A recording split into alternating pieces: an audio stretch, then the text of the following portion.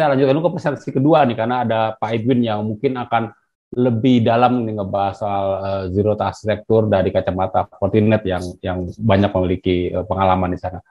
Pak Edwin, bisa mendengar suara saya, Pak? Ya, bisa. Oke, terima kasih. Pak Edwin, kita sekarang lanjut ke presentasi Pak Edwin. Mungkin lebih memperdalam lagi soal zero trust, mungkin juga strateginya seperti apa. Silakan, Pak Edwin. Ya, silakan dimulai presentasinya. Oke, terima kasih atas waktunya. Terima kasih Pak Faisal, pemaparannya. Saya rasa sudah mencakup semuanya kayaknya apa yang mau saya omongin gitu kan ya. Terima kasih juga ke Pak Riki, Pak Sudarto yang sudah menyampaikan waktunya hari ini untuk kita sama-sama berdiskusi. Ya, jadi nggak banyak slide saya. Nanti kita mungkin prefer lebih ke arah diskusi Q&A, biasanya akan lebih hot di sana biasanya ya. Nanti kalau misalnya butuh hal yang detail mengenai produk kita, solusi kita, ya bisa anytime kontak kita. Ya, kita selalu siap membantu memberikan solusi yang terbaik buat customer kita. Kemudian saya akan start dulu aja, seperti tadi juga Mas Wisnu sharing, ya saya juga akan share sedikit mengenai Fortinet. Mungkin kalau bagi beberapa Bapak Ibu semua di sini yang belum menggunakan Fortinet, ya saya akan share sedikit mengenai Fortinet. Tapi kalau yang sudah menggunakan Fortinet, terima kasih. Dan ini adalah gambar headquarter kita, kantor terbaru kita, yang harusnya ready di tahun lalu, peresmian tahun lalu, cuma karena pandemi baru diresmikan beberapa bulan yang lalu, ya. Dan kita mempunyai headquarter yang cukup besar sekarang di Sunnyvale di California. Ya, jadi sekitar 1,5 jam driving dari San Francisco. Dan kita sudah masuk ke usia tahun ke-21 sekarang di market. Jadi kita bukan new kid on the block. Dan di Indonesia sendiri kita sudah memasuki usia ke-11 tahun. Ya, dan saya pribadi sekarang sudah masuk di usia ke-6 tahun. Jadi paling nggak udah setengah perjalanan Fortinet saya sudah ada di Indonesia. Dan kita berkembang cukup besar sekali, dan kita juga baru memberikan report kita terhadap quarter 2 kita terakhir dengan result yang cukup bagus, dan itu juga bisa dilihat dengan pergerakan nilai saham yang cukup fantastis, dan itu memperlihatkan bahwa kinerja Fortinet adalah satu perusahaan yang cukup bagus, dan kita mempunyai cash yang cukup banyak, dan kita mempunyai patent yang cukup banyak, sertifikasi, dan juga customer yang sudah melewati 500.000 customer worldwide. Ya, dan kita juga mempunyai solusi yang cukup banyak, dan hari ini salah satunya adalah JTNA. Ya, kita punya solusi lebih daripada 30 solusi saat ini, dan ini akan kita bahas hari ini adalah JTNA. Nah, ini sekilas aja gambaran segini banyak, ya ini mungkin metropolitan daripada solusinya Fortinet, ya segini nggak bikin kompleks harusnya, tapi harusnya semua saling mendukung, saling terintegrasi, dan banyak yang bisa kita tawarkan selain JTNA. Ya. Nah, apa sih JTNA itu sebenarnya? Apa sih yang mendorong dari segi JTNA, dari segi bisnis? Sebenarnya ada 3 elemen di sini yang harus kita lihat, bahwa terutama ini didorong oleh sekarang juga dengan masifnya hybrid workplace, ya, environment yang sekarang benar-benar mendorong kita untuk ya bukan WFH aja, tapi WFA sekarang, ya, anywhere. Kita nggak tahu, ya, orang itu bisa di kamar mandi, bisa di kamar tidur, ya, bisa di kolong jembatan, ya, bisa langsung sambil lari. Ya, kita nggak tahu ada di mana sekarang karyawan kita. Jujur aja, saya pun juga agak lost karyawan saya ada di mana seperti itu. Tapi yang penting kan adalah kinerjanya jalan. Ya, semua akses bisa kita lihat. Orang ini masuk kemana-kemana kita bisa lihat. Itu paling penting. Ya, nah jadi juga ini menjadi satu tantangan sekarang. Nah, bagaimana kita bisa meningkatkan user experience? Ini juga menjadi tantangan, terutama teman-teman IT, teman-teman security. Ini akan challenging, ya. Di dalam kandang sendiri aja susah, apalagi di luar kandang, seperti itu, istilah seperti itu, ya. Yang kontrol aja susah di dalam kandang, apalagi di luar kandang. Kemudian dengan cloud journey yang kita tahu sangat pesat sekali sekarang perkembangannya di Indonesia. Kita lihat sebegitu banyak top cloud provider, basically semua ada di Indonesia saat ini, dan semua berlomba-lomba untuk membangun data center di Indonesia sesuai dengan requirement regulator yang ada di Indonesia. Dan ini juga meningkatkan satu celah, ya, karena segitu mungkin masifnya kita memindahkan aplikasi mereka ke cloud, dan itu juga membuat cloud aplikasinya juga menjadi aplikasi anywhere, everywhere seperti itu. Nah, itu juga kita harus mempunyai satu fleksibilitas dalam hal memanage. Ini juga kompleksitas yang muncul dari teman-teman di IT ataupun teman-teman dari aplikasi. Yang ketiga, last but not least adalah lebih ke arah attack ya, dan kita tahu bahwa ransomware adalah attack yang dari zaman dulu sampai sekarang itu nggak pernah berhenti. Ya, dan makin meningkat menurut saya, makin tinggi ya, karena sehubungan dengan teknologi yang meningkat, sebenarnya ini juga meningkat. Jadi bagaimana kita bisa mempunyai satu standar granular application access ya, yang selalu terus menerus, dan bagaimana kita bisa make sure bahwa kita tidak di attack. Ini yang paling penting. Nah, kemudian ini kita lihat tadi bahwa berubah arsitektur yang tadinya hanya hijau di tengah data center, kemudian tadi Pak Faisal ada bicara mengenai microsegmentation, kalau di kita ada istilahnya internal segmentation, ya, kemudian kita bergerak maju sedikit mengenai branch, campus, kemudian di MZ, sekarang remote. Ya, jadi makin besar, bukannya makin kecil, tapi makin besar dan makin luas. Nah, sebegitu kompleksnya sehingga yang paling kompleks adalah bahwa semuanya itu berhubungan. Tidak ada satupun yang tidak terhubung satu sama lain. Ya, jadi yang tadinya mungkin hanya manage data center bisa dibayangin sekarang bisa harus memanage misalnya additional another 6 area. Ya, bisa dibayangkan seperti itu. Nah, kemudian sekarang kita bicara mengenai ini ada Gartner definition, nanti bisa dibaca ya, ada market guiders, ada versus management. Tapi yang saya tambahkan di sini di bahasa Indonesia adalah bahwa ya JTNA itu kan Zero Trust Network Access. Intinya adalah bagaimana kita itu bisa mempunyai visibilitas. Tadi juga sudah di-mention oleh Pak Faisal. Bagaimana kita punya visibilitas? Bagaimana kita bisa mengetahui? Bagaimana kita bisa mengkontrol dan siapa aja yang ada di network parameter kita, apakah dia akses dari manapun, kita tahu dia ada di mana. Nah, ya, yang paling penting adalah setelah dia masuk kepada network kita, dia mengarah kemana, dia akses kemana. Jadi semua ini berhubungan, makanya makin luas. Nah, itulah kita bilang bahwa kenapa begitu pentingnya kita harus mempunyai yang namanya secure Zero Trust Network Access, bukan hanya JTNA, tapi kita tambahkan dengan secure, ya. Nah, ini elemennya tadi. Jadi ada 3 elemen. Yang paling kiri ya ini adalah elemen sebagai users. Makin meningkat kan usersnya itu. Bisa ada user yang di data center, klien kita, campus wide, branch, home, even traveling. Ya kan sekarang kita di pesawat ada wifi. Ya kita nggak tahu kita kerjanya jam apa gitu loh ya. Nggak jelas kalau di udara kan jamnya nggak jelas seperti itu. Ya jadi sebentar di jam Indonesia, kalau kita ke Amerika jam Indonesia, jam Singapura, jam Jepang, jam Pasifik, kemudian kita masuk West Coast, masuk East Coast, nggak jelas di mana seperti itu, karena semuanya gampang. Kemudian di tengah itu adalah bagaimana kita mengakses. Tadi juga dijelaskan bagaimana kita bisa melakukan monitoring, enforcement, bagaimana kita mengetahui identitas daripada user kita, bagaimana policy kita, ya kemudian apakah kita menerapkan SASE seperti itu. Nah, di sebelah kanan adalah lebih ke arah infrastruktur lah, data center kita, cloud kita, SaaS kita. Nah, itu yang mungkin saat ini basically menurut saya semua perusahaan pasti sudah mempunyai perimeter yang kuat untuk area sebelah kanan. Tapi yang sebelah kiri makin luas. Ya, itu juga menjadi tantangan. Nah, ini salah satu pendekatan Fortinet yang kita bilang Fortinet Security Fabric. Mungkin Bapak Ibu semuanya yang sudah kenal Fortinet mungkin sudah terhipnotis dengan gambar ini. Ya, karena inilah cara kita untuk menghipnotis orang beli Fortinet. Joke aside gitu kan ya. Ikutin pergerakan titik-titik animasi di sebelah kanan itu dan pasti Bapak Ibu semuanya setelah ini mungkin akan kontak saya untuk beli Fortinet. Karena Ibu sudah terhipnotis seperti itu.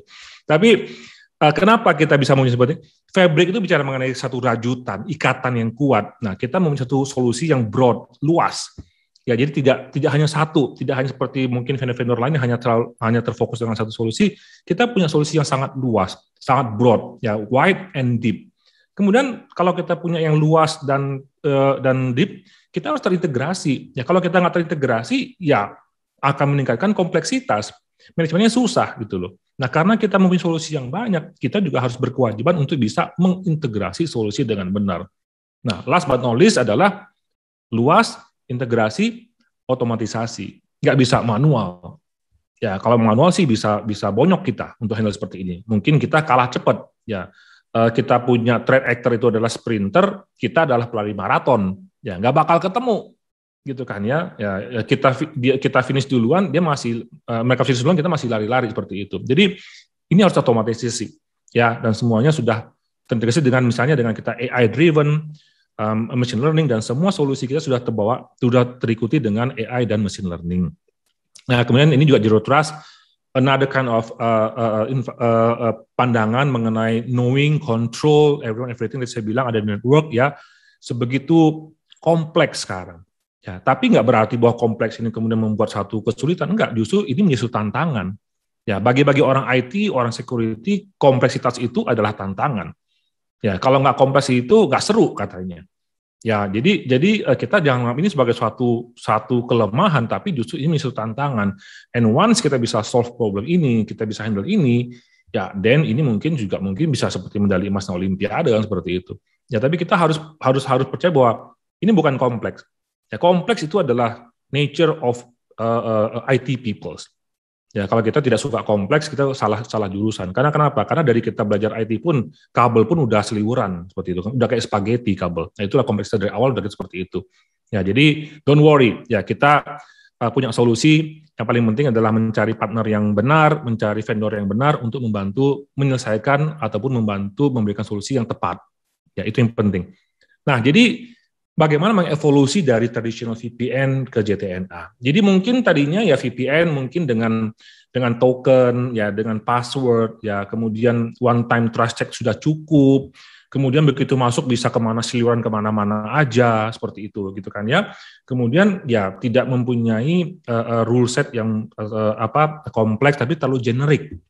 Ya, sehingga begitu satu tembus ya tamat, semuanya tembus seperti itu. Nah, ketika kita move ke ZTNA, ya kita mempunyai satu trust check itu yang continuous. Memang kadang-kadang memunculkan ketidaknyamanan, tapi ini ada trade off nih. Ya kan, kita kita bisa memberikan kenyamanan yang aman. Ya, atau mungkin aman tapi nyaman. Itu yang kita mau lakukan, bukan bertolak belakang.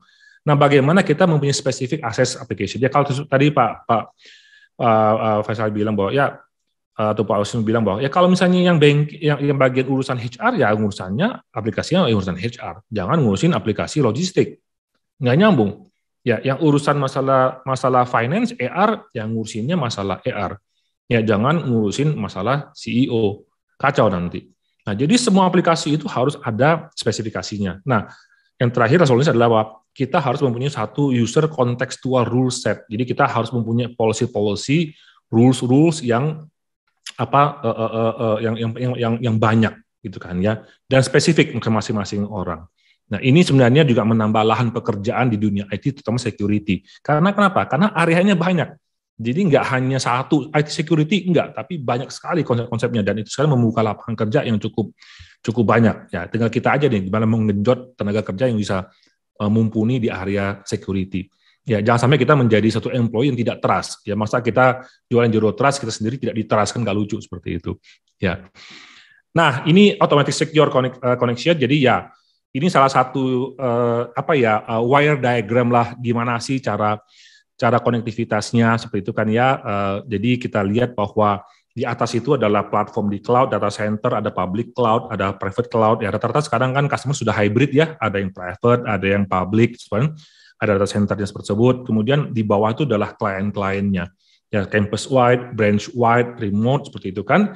Nah, itu nanti tengah-tengah ada firewall dulu, ya, ada SASE dulu, ini cara pergerakan datanya seperti ini. Nah, jadi kita harus mempunyai satu security, ya, bagaimana kalau misalnya kita menerapkan solusi di private cloud, ya di public cloud juga harus sama.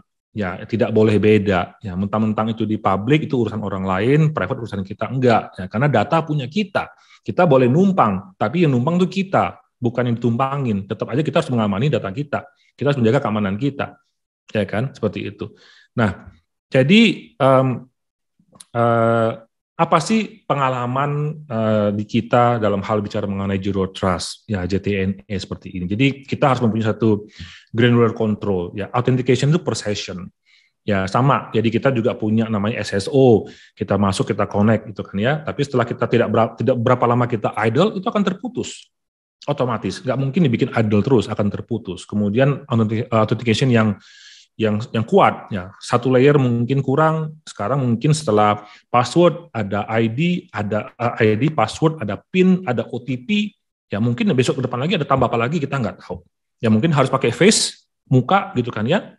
Nah, jadi repot seperti itu ya. Tapi ya itulah kebutuhan kita. Kemudian central management itu juga penting. Kita bisa punya satu visibilitas terhadap semua yang ada di network kita, siapa-siapa yang masuk. Application juga kita harus tahu gimana. Jangan sampai kita lupa.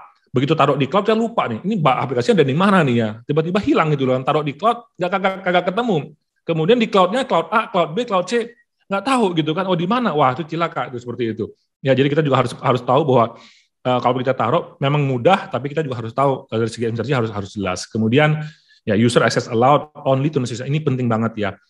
Bahkan ada cerita misalnya kalau misalnya ada karyawan yang sudah keluar dari perusahaan pun masih bisa punya akses. Ya, kenapa? Karena aksesnya masih ada, belum dihapus. Ya, ID-nya masih ada, password-nya masih ada. Dan itu kejadian. Nah, makanya juga dari segi security policy, dari segi enforcement itu juga harus jelas. Nah, kemudian ya leveraging. Nah, bagaimana Fortinet memberikan value add advantage kepada customer? Ya, bagi customer-customer yang sudah menggunakan Fortinet, ya terutama menggunakan FortiGate itu bisa di leverage. Ya, kebanyakan JTNA solution yang ada ini adalah lebih ke arah SASE only. Ya, dan itu kemungkinan juga bisa mahal. Nah, bagaimana customer juga meleverage yang sudah menggunakan SD-WAN solution Fortinet atau mungkin SD branch, itu tinggal bisa di-leverage saja. Tinggal menambahkan beberapa produk yang harusnya tidak terlalu mahal dan bisa langsung jalankan dengan solusi untuk JTNA-nya. Ya, kemudian ya dengan FortiGate pasti itu bisa jalan. Dan yang paling penting nih, biasanya orang bilang, Pak, ini license-nya mahal nggak? Gitu kan, selalu seperti itu, ya kan? Ini biasanya orang suka nih, no license required. Ya, yang dibutuhkan hanya money. Oh sorry, ya, saya nggak bisa ngomong sama itu. Jadi no license required, tapi money required seperti itu, gitu kan ya. Jadi tidak ada license, ya simply feature FOS untuk OS-nya dan FreeCloud-nya untuk turn on aja, seperti itu. Jadi license-nya tetap hanya ada di FortiGate, ya, tapi untuk depan-depannya itu tidak ada license yang dibutuhkan. Ya. Nah, kemudian ini rangkumannya. Bagaimana Zero Trust dari JTNA jadi Fortinet bisa memberikan user experience yang lebih mudah, tidak membuat satu hal yang susah mungkin pemikiran kompleks menjadi lebih kompleks. Jadi harusnya kita memberikan satu solusi yang bisa meminimalisasi kompleksitas sehingga memberikan satu output yang lebih bagus, yang lebih positif. Ya, tapi kontrol tetap harus kita punya dan itu kembali kepada protokol ya, kepada proses. Ya, masing-masing harus punya proses. Kita mempunyai barang yang canggih, mempunyai orang yang sakti, yang pintar, gitu. Mungkin nggak perlu tidur 24 jam, udah ngalahin robot seperti itu kan ya. Tapi prosesnya nggak bagus, sama aja, gitu kan ya. Jadi kita juga harus tahu seperti itu. Kemudian yang paling penting adalah bahwa begitu kita punya proses, kita mempunyai policy. Nah, policy itu harusnya dimanapun orang itu ya berada ya, mau di on-prem, di off-prem, kita harus mempunyai treatment yang sama. Apa treatment yang sama? Zero trust. Ya, tapi bukan kita tidak percaya karyawan kita tidak percaya staff kita tidak percaya partner kita, enggak. Tapi lebih ke arah bagaimana kita make sure bahwa itu bukan satu kamuflase. Ya, jadi kira-kira dari saya itu dulu aja, nggak mau terlalu teknikal. Dan kalau terlalu teknikal agak bingung jelasinnya karena butuh whiteboarding, gambar-gambar. Biasanya seperti lebih seru kalau teknikal. Nah, mudah-mudahan ini bisa memberikan gambaran apa itu JTNA. Dan nanti pada saat Q&A, ya saya rasa juga dari Pak Riki, Pak Sudarto, yang dari user yang sudah menerapkan, pasti akan memberikan pandangan yang cukup menarik juga. Itu dulu, Mas Wisnu, terima kasih. Oke, terima kasih Pak Edwin atas sharingnya menarik tuh Pak, bahwa tadi tuh ya, bahwa ternyata saya kan ngebayangin kalau solusi JTNA itu sebuah solusi yang melibatkan banyak produk, tapi mungkin tadi kalau Bapak Pak Edwin sempat nyebut bahwa sebenarnya kalau yang udah pakai SD branch-nya Fortinet itu bisa langsung leverage ke arah Zero Trust, gitu ya. Ini udah jadi bagian dari Zero Trust tersebut, Pak ya? Iya, jadi sudah ada itu udah portion security-nya hanya menambahkan beberapa komponen, ya basically customer sudah bisa mendeploy yang namanya secure Zero Trust Network Architecture. Jadi kita ada kata-kata secure-nya, karena itu strong word-nya kita. Jadi kalau orang jual JTNA, kita tambah S di depannya, seperti itu. Bukan STLR ya, tapi secure JTNA. Oke. Berarti JTNA pun ada yang biasanya bisa, kalau udah JTNA belum masih ada level di atas itu Pak ya, secure ya Pak ya. Jadi nggak semua JTNA bisa mencapai level secure JTNA. Betul sekali. Harus ada S-nya depan ditambahin gitu. Oke, jadi enak tuh ya panas-panas gini. kasih.